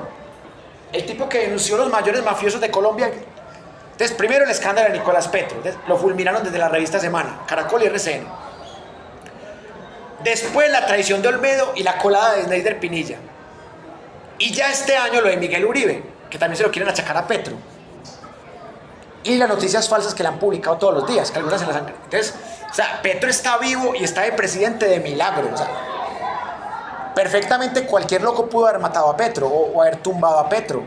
Cualquier militar que se rebele lo tumbe, como tumbaron a Salvador Allende. Entonces, por eso, la última reflexión que les quiero dejar: en el antifascismo también se cuela gente mala, y en el neofascismo también hay gente inocente pero muy ignorante.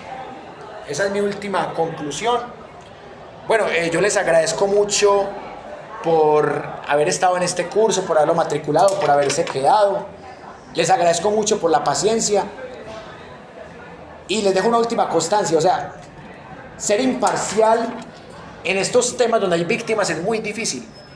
Porque si uno es imparcial, uno tiene que ser igual de tibio con las víctimas y con los victimarios, como sería la Procuraduría supuestamente, que es una Procuraduría que en este caso ha estado más del lado de los victimarios. Pero yo les digo una cosa, en esos temas políticos y humanos es muy difícil uno ser neutral, porque si tú eres neutral terminas del lado del victimario. En el tema de los falsos positivos, por ejemplo, ¿uno cómo va a ser neutral ahí? No, es que, como Fajardo, no, yo no estoy ni con los falsos positivos, ni a favor de ellos, ni en contra. No, si uno es demócrata, si uno es realmente antifascista, uno tiene que estar en contra de los falsos positivos, porque son ejecuciones extrajudiciales a civiles, son homicidios en personas protegidas. Eso no puede volver a pasar en Colombia, que los militares pagados por nosotros mismos nos maten y digan que somos guerrilleros. Eso no puede volver a pasar, ni en el gobierno de Uribe, ni en el de Duque, ni en el de Petro, ni en ninguno. Y mucho menos de manera tan sistemática, 6.402. Entonces, ¿cómo me piden a mí que sea imparcial con los falsos positivos? Entonces yo pienso que todos somos parciales, hasta los que se las dan de imparciales, porque los que se las dan de imparciales terminan siendo parcializados a favor de los victimarios. Ah, no, yo estoy en la dictadura de Videla o de Pinochet, pero yo soy neutral. Neutral no. Estás ayudando a que la dictadura de Videla y Pinochet se perpetúen. Entonces, esa es mi última reflexión, que uno intenta ser crítico y mostrar todas las caras de la moneda, que es lo normal, pero ser crítico no implica necesariamente que uno sea imparcial, porque para ser imparcial habría que ser prácticamente como una piedra. Una piedra sí es imparcial, porque una piedra da lo mismo que condenen a este o que suelten a aquel. Una piedra no siente, nosotros sí sentimos, y como seres sintientes y emocionales también tenemos nuestra parcialidad, pero esa parcialidad hay que acompañarla de acervo probatorio de argumentos y de crítica. Bueno, muchas gracias.